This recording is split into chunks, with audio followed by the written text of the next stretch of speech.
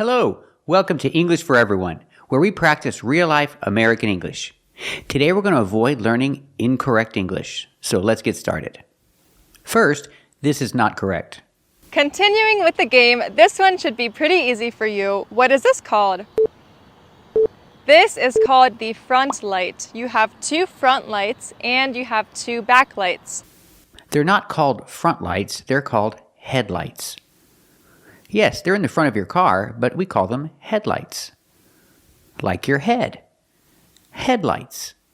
Example, the headlights are on. Somebody turned on the headlights. So now the headlights are on. Let's practice. Did somebody turn on the headlights? That's right, somebody turned on the headlights. Are the headlights on? That's right, the headlights are on. This is also not correct. These two lights right here, the red lights, are called the back lights or the brake lights. And don't forget to always have your brake lights working, because if not, you'll get pulled over and get a ticket, because that happened to me. Backlights are not brake lights. We don't even say backlights. They're called tail lights or rear lights. The most common is tail lights. It comes from the word tail. Like a dog has a tail. It's in the back, so we call these tail lights. Tail lights are the ones that come on when it's dark. When it's dark and you turn on your lights, you have headlights and tail lights, and they both come on. So what are brake lights? Brake lights are different. Brake lights are the lights that come on when you push the brakes. When you hit the brakes, the brake lights come on. These are brake lights. And these are tail lights, not backlights. They're called tail lights. So example, the tail lights are on because it's dark outside. He turned on the lights, and that's why the tail lights are on. Let's practice. Why are the tail lights on? Is it dark outside?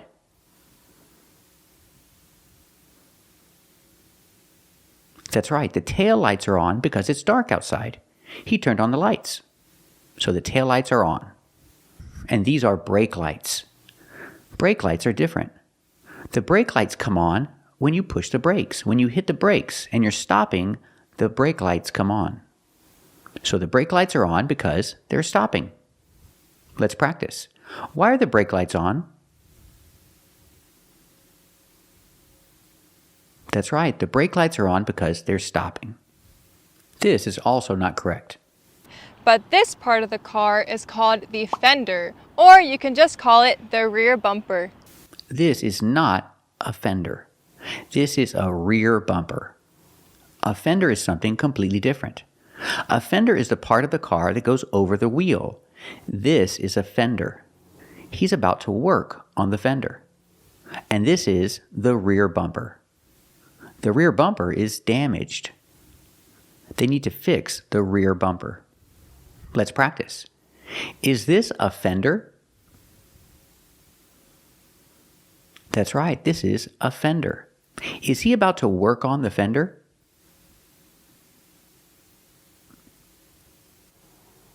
That's right, he's about to work on the fender. He's a mechanic, so he's going to work on the fender.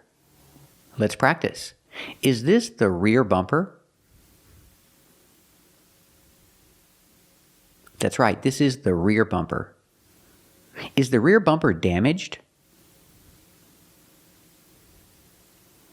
That's right, the rear bumper is damaged. Do they need to fix the rear bumper? That's right, they need to fix the rear bumper. So remember the different words. When you talk about the front lights, we don't say front, we say headlights. These are headlights. Turn on your headlights. And for the backlights, we don't say backlights, we say tail lights. You can say rear lights, but tail lights is more common. The tail lights are on. And the bumper is different. We don't say tail bumper, we say rear bumper. Rear also means back. So when you talk about a bumper in the back, say rear bumper. This is the rear bumper. This is also not correct. If there was someone else in this car and you wanted them to put on their seatbelt, You can just say the phrase, buckle up. That means that everyone else should put on their seatbelt. I cannot say if there was someone else in the car and you wanted them to put on their seatbelt, you can just say buckle up. The first problem is can. This idea is an example of the second conditional. So we cannot use can, we have to use could. How do we know it's the second conditional? Because the sentence starts with past.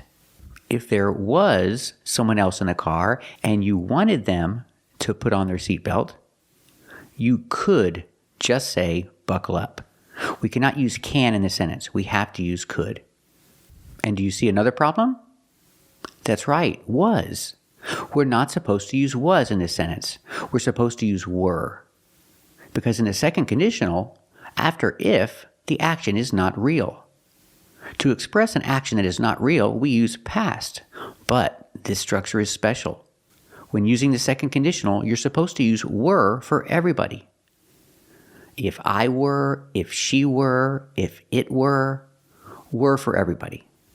So it should be, if there were someone else in the car and you wanted them to put on their seatbelt, you could just say buckle up. But there's one more issue. A lot of Americans don't follow this rule. A lot of Americans use was instead of were for this structure. But not all the time. Example, I wouldn't do that if I were you is correct, and Americans do not use was in this situation. If an American said, I wouldn't do that if I was you, it sounds bad. So what's the solution? Always use were. If you always use were in the second conditional for everybody, you know you'll always be correct. It doesn't matter what mistakes Americans make. Always say it right. It's less confusing that way. So if you always want to be correct, use were for everybody to express an unreal situation. After if. This is also not correct. When you turn on the car, you can see lights flickering right in front of you, and that is called the dashboard. The dashboard has gadgets like the speedometer that will help you see the speed of the car.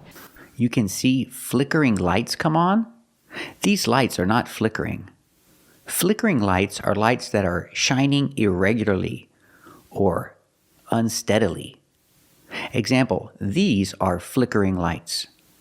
I can say these are flickering lights or the lights are flickering.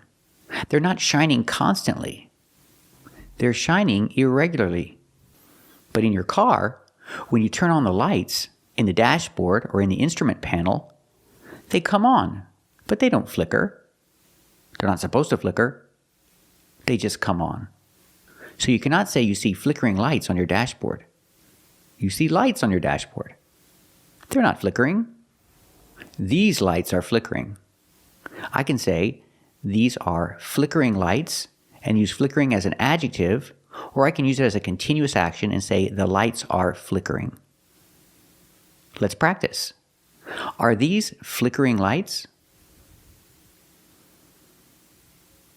That's right, these are flickering lights.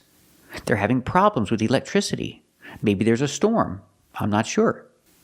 Are the lights flickering?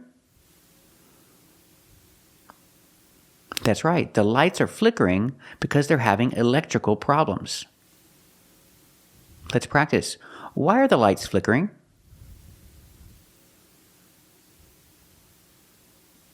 That's right, the lights are flickering because they're having electrical problems. It's not good. Now let's talk about these lights. You can say dashboard lights or instrument panel lights. Both are correct. And we can use the phrasal verb come on. The dashboard lights come on. Or I can say the dashboard lights up. In the present, lights up. I use the phrasal verb. The dashboard lights up. In the past, lit up. We hear the T in lit as a fast D. Lit up, lit up. In the past, the dashboard lit up. Let's practice. Did the dashboard lights come on? That's right, the dashboard lights came on. Did the dashboard light up? That's right, the dashboard lit up. This is also not correct. Right here is called the cup holder, which you normally store bottles of water or cups, but this is an empty bottle of water. I cannot say right here is called a cup holder.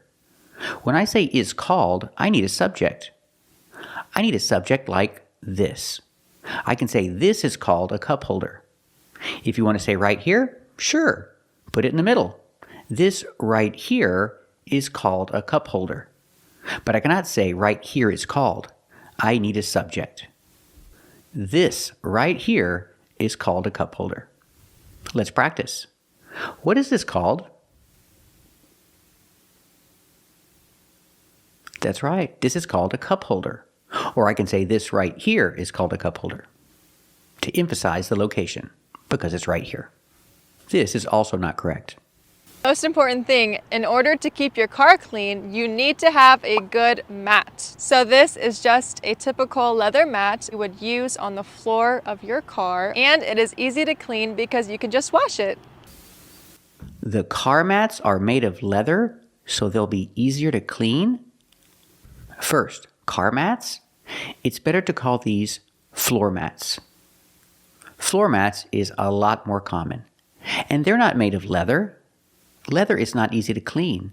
They're made of rubber or plastic, sometimes carpet fibers, but they're never made of leather, and it's better to call them floor mats. Floor mats are made of rubber or plastic. These are floor mats. Or you can say car floor mats, but floor mats is the most common. Let's practice. Are floor mats made of leather? That's right, floor mats are not made of leather. So are floor mats made of plastic or rubber? That's right, floor mats are made of plastic or rubber. So keep watching to learn more vocabulary about cars. Hey Kevin, look at the dashboard and instrument panel. That's right. This is the dashboard, and this is the instrument panel. But normally we don't call these instruments, we call these gauges. 1 gauge, 2 gauges, 3 gauges, 4 gauges. Keep watching until the end of the video and practice with all the different types of gauges. For example, this is the temperature gauge, this is the tachometer, this is the speedometer, and this is the fuel gauge. They're all gauges. It's lit up like a Christmas tree. It sure is. It's lit up like a Christmas tree. Use the phrasal verb light up. In the past, lit up. And the description, the adjective, is lit up. We hear the pronunciation of the T in lit up. It sounds like a fast D. Lit up. Da-da-da, lit up. It's lit up like a Christmas tree. There are a lot of lights on. What about the red light? It's on. This red light here? Yep. That's for your seat belts. Can you buckle up? Yes. I can fasten my seatbelt. Remember, with the verb fasten, the T is silent. It's not fasten, it's fasten. Fasten is the verb. It says I need to fasten my seatbelt, so I did. I fastened my seatbelt in the past. Or you can say buckle up. That's right, you can also say buckle up. Look, the light is gone. That's right, no more light. No more seatbelt light because I fastened my seatbelt. The check engine light is on. That means there's a problem with the engine and I need to take the car to the mechanic and find out what's wrong with it. When are you going to take the car to the mechanic? I need to do it pretty soon, but I don't think it's anything major. I think it's a minor problem. But I need to take the car to the mechanic, have the mechanic look at it, and find out what's wrong. I use the phrasal verb find out. It means to discover. It's the moment you receive the information, you find out. I need to take the car to the shop, have the mechanic look at it, and find out what's wrong. What about the wrench? Oh yeah, that's a little wrench right there. Remember the word wrench. The W is silent, so it's pronounced with the R sound first. Wrench. That's a little wrench, and it means that we need to have our oil changed. When do you want to get the oil changed? We can do it right now. We can get the oil changed right now. Sounds good. Let's go. Let's go. We're here at Jiffy Lube because we're going to get the oil changed in the car.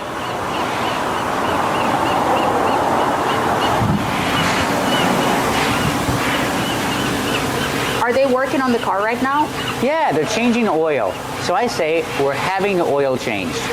Or you can use get. We need to get the oil changed. You can use the verb have or get for this structure. Have the oil changed or get the oil changed. Why do we have to use this structure? Well, it's when you pay someone to do a job. You don't do the job yourself. I can say I changed the oil, but I'm not going to change the oil. I'm paying someone to do it, so I use the structure. Have or get the oil changed. And the name of the place is Jiffy Lube. What does jiffy mean? Jiffy comes from the expression, if you do something in a jiffy. Do it in a jiffy means you do it fast. They're going to do this job fast. And lube is short for lubrication because oil is a lubrication. So it's called Jiffy Lube because they change your oil really fast. Is it expensive to get your oil changed here? A little bit, yeah. How long will it take? It won't take long. That's right. The question is, how long will it take? We use it to refer to time. I don't say how long will they take. I say how long will it take. How long will it take? It won't take long. They're going to do the job fast. That's why the name is Jiffy Lube.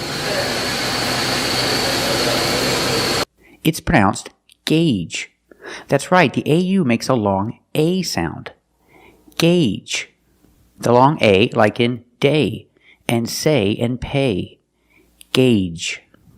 The first G is a hard G sound, followed by the long A, gay, and the second G is the J sound, like in juice and jump. Together, gauge. You have one gauge and many gauges. These are gauges. You have gauges on your car, and you need to check your gauges while you're driving. It's important to check the gauges. And what's the most important gauge? Well, I think the most important gauge is the speedometer. Pronunciation, speedometer. The most important gauge, for me, is the speedometer because you're always checking the speedometer. You're always checking to see how fast you're going. You check the speedometer to see how fast you're going. That's the most important gauge. Let's practice. Do you need to check the gauges while you're driving? That's right, you need to check the gauges while you're driving. And what's the most important gauge? That's right, the speedometer is the most important gauge. Let's talk about different gauges. You also have this gauge. This is the temperature gauge. Pronunciation, tempera. Not temperature, but temperature. The TU makes a ch sound like chicken. Temperature. Remember, it's 3 syllables. Temperature. Not temperature, not 4 syllables, but 3. Temperature. This is the temperature gauge. This is the temperature gauge. And it's very important. It lets you know the temperature of your engine. It lets you know if your engine gets too hot. Because if it gets too hot, you can damage your engine. So the temperature gauge is very important. So you need to check the temperature gauge to make sure your engine doesn't get too hot. Let's practice. Why do you need to check the temperature gauge?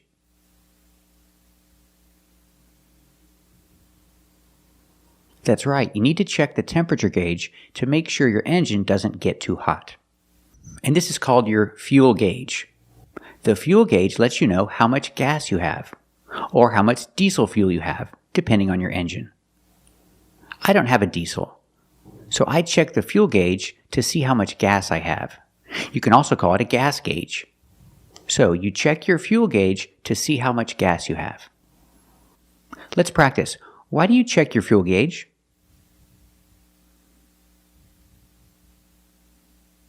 That's right, you check your fuel gauge to see how much gas you have. And this gauge has 2 names. You can call it a tachometer, or you can call it the RPM gauge. Let's call it a tachometer. With the word tachometer, the CH makes a k sound. K, tach, tachometer.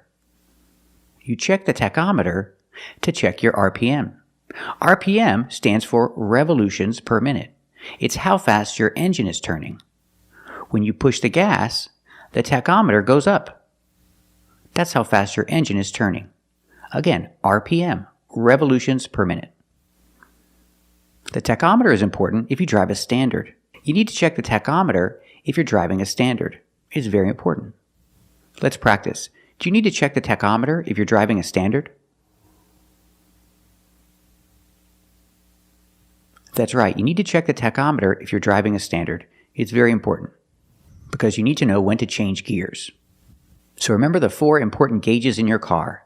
You have the speedometer, that's the most important gauge. You have the temperature gauge, that lets you know the temperature of your engine. You also have the fuel gauge, that lets you know how much gas you have, or diesel fuel, depending on your car. And don't forget the tachometer, or the RPM gauge. That lets you know how fast the engine is turning. And remember the pronunciation, gauge. Use the long A sound. 1 gauge and 2 gauges. Make sure you check your gauges. So I gripped the wheel tighter, checked my gauges, and made my move. Every single gauge is broken. The gauge is starting to move. Look, Kate! I don't know.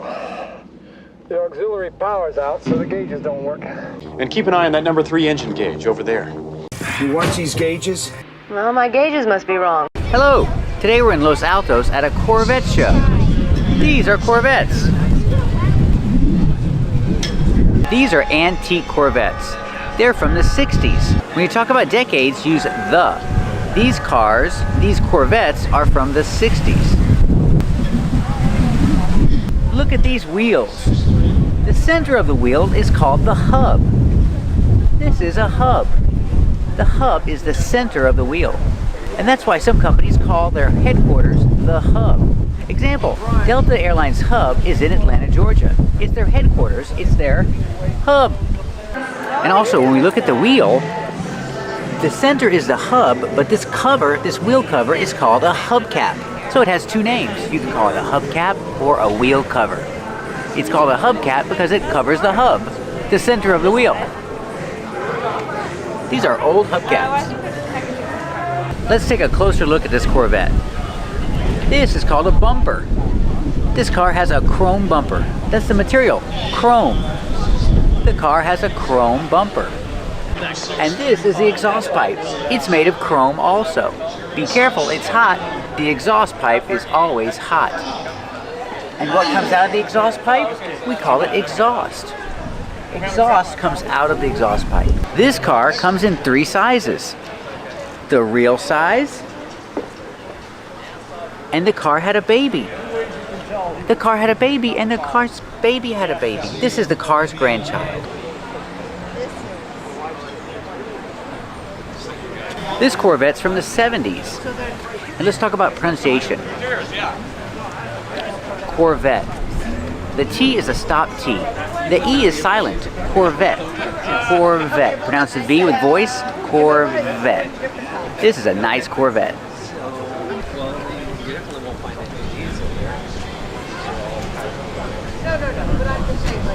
Look at this Corvette. It has a big spoiler on the back.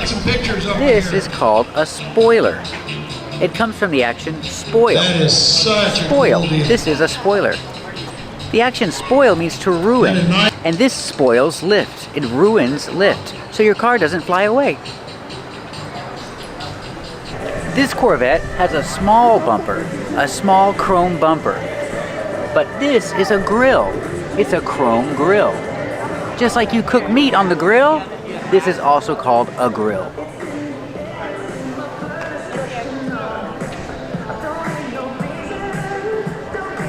Let's take a look at this engine.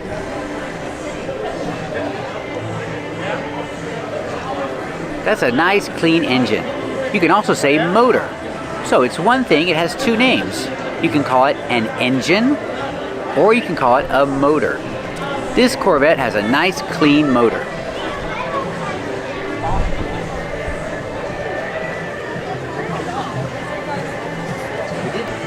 We can see the motor in this car because this is open. But what is this? It's not a door, it's called a hood. That's right, this is the hood and the hood is open. So we can see the motor. We can see the engine. Yeah, this is soft top.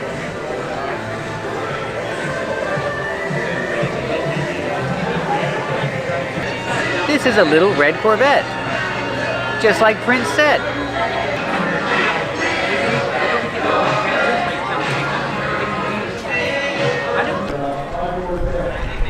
Okay, item 29. This is another Los Alamos version of this song.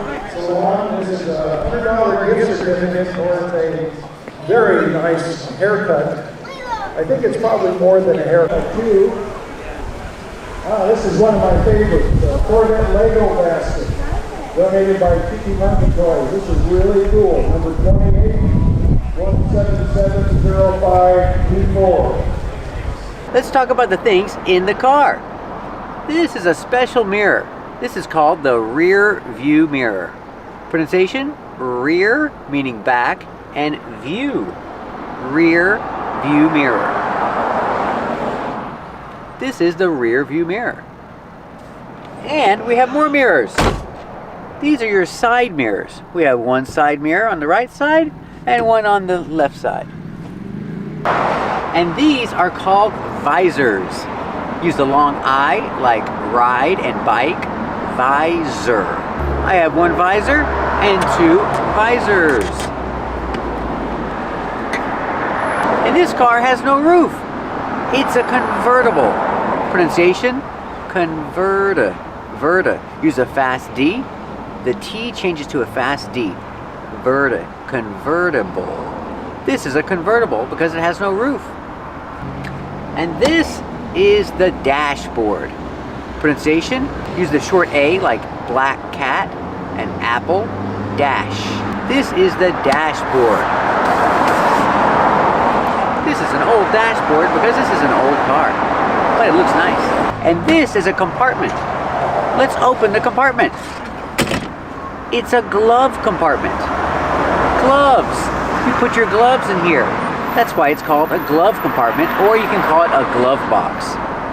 What's in the glove compartment? Paperwork. Yeah, I keep paperwork in the glove compartment. I keep paperwork in the glove box. And this is a wheel, but it's a special wheel. It's a steering wheel. Steer is the action, meaning to control the car. You steer the car. This is a steering wheel. You can use the action, the verb steer. Steer to the right, steer to the left. Pronunciation, steer, like ear. Steering wheel. This is a steering wheel. And this car is not an automatic. It's a stick shift. That's right. You change gears with the stick shift.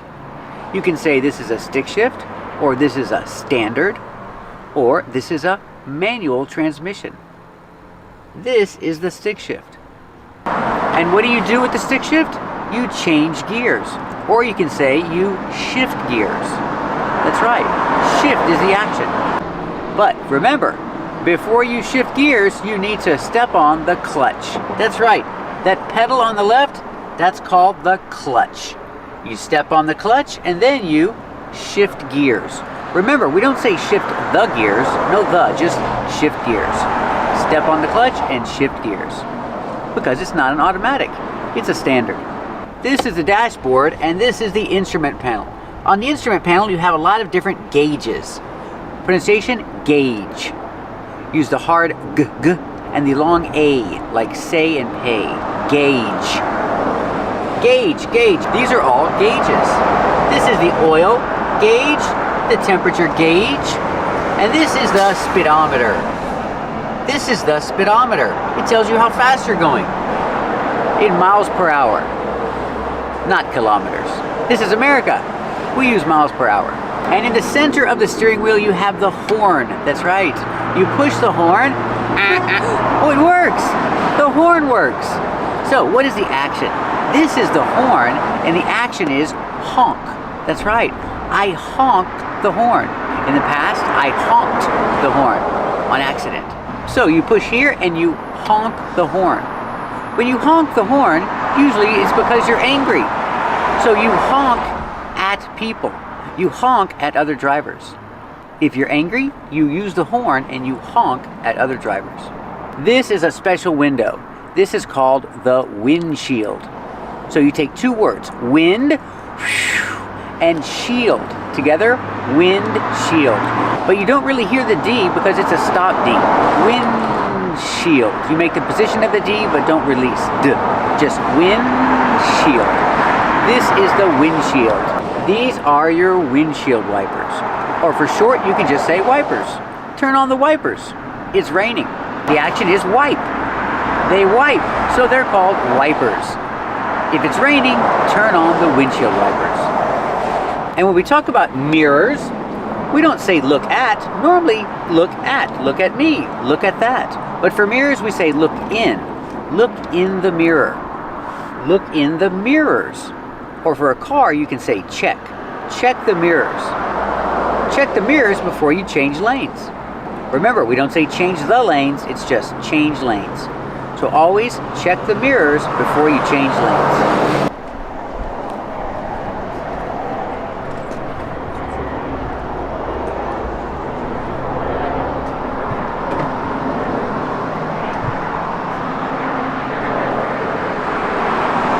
Hey, what color is this car? I think it's dark blue. Is it black or blue? I think it's dark blue, very dark blue. It sure is clean. Yep, and shiny. Did you wash it yourself? Nope.